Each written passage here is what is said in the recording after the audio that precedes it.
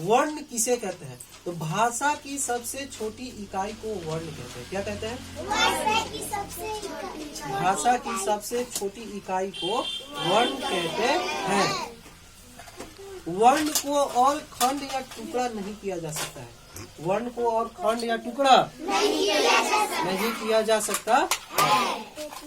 वर्ण को दो भागों में बांटा गया। कितना भाग में? एक स्वर वर्ण और दूसरा व्यंजन वर्ण। स्वर और व्यंजन। स्वर वर्ण किसे कहते हैं? तो जिस वर्ण का उच्चारण स्वतंत्र हो, अर्थात उसके उच्चारण में किसी अन्य वर्ण की सहायता नहीं लिया जाता हो, उसे स्वर वर्ण कहते हैं। कौन सा वर्ण कहते हो? जैसे अ, आ, हर्षई, दुर्घई, हर्षो, दुर्घो, री, ए, आय, ओ, औ। ठीक। स्वर वर्णों की कुल संख्या 11 होता है। कितना होता है? 11। स्वर वर्ण को दो भाग में बांटा गया। कितने भाग में? 2 भाग। पहला हर्ष स्वर। कौन सा? और दूसरा दीर्घ स्वर। हर्ष और दीर्घ स्वर। हर्ष स्वर वैसा जिस स्वर के उच्चारण में दीर्घ स्वर की अपेक्षा कम समय ली जाती है। जिस स्वर के उच्चारण में दीर्घ स्वर की अपेक्षा कम समय ली जाती हो, उसे हर्ष स्वर बोलते हैं। हर्ष मतलब यहाँ पे आप हर्षई से समझिए। किससे? आप लोग पढ़ते होंगे तो हर्षई, दुर्घई, हर्षौ, दुर्घो पढ़ते हैं कि नहीं? तो जिस स्वर के उच्चारण में दीर्घ स्वर की अपेक्षा कम समय ली जाती है, उसे हर्ष स्वर वर्ण कहते हैं। जैसे अ, छोटा ई, छोटा ऊ और री। ठीक। अब आते हैं दीर्घ स्वर। कौन सा? जिस स्वर के उच्चारण में हर्ष स्वर की तुलना में अधिक समय ली जाती है, उसे दीर्घ स्वर वर्ण कहते हैं। कौन सा स्वर वर्ण कहते हो? दीर्घ। इसमें हर्ष की तुलना में क्या होगा? अधिक समय लिया जाएगा, उच्चारण में इसका अधिक।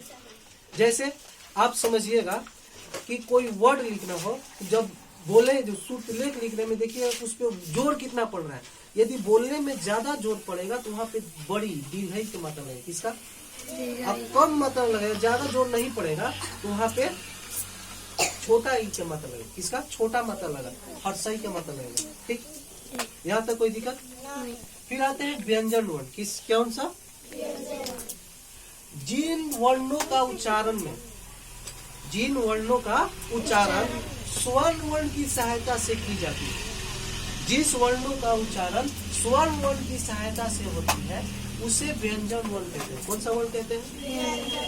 जिन वर्णों का उच्चारण स्वर्ण वर्ण की सहायता से होती है, उसे व्यंजन वर्ण कहते हैं। जैसे क वर्ग, च वर्ग, ट वर्ग, त वर्ग, प वर्ग, य लव ज्ञान तक। बाबू क वर्ग मतलब यहाँ क से अंग तक, च वर्ग मतलब च से यहाँ तक, ट वर्ग मतलब ट से अड़ तक, त वर्ग मतलब त से न तक, प वर्ग मतलब प से म तक, यारा लवा मतलब ज्ञान। यहाँ तक कोई दिक्कत समझ में आया? यहाँ पे आपको क जो बोलते हैं रियल में क आपका है आधा क, आप प्लस क प्लस अ मिलकर तब बनता है क। समझ में आया? तो देखिए इसमें स्वर लगल है, तो ये क्या है? व्यंजन हो गया। क्या हो गया?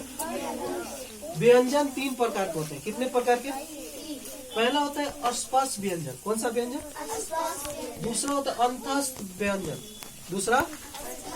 और तीसरा होता है उष्ण व्यंजन। तीसरा कौन सा होता है? समझ में आया?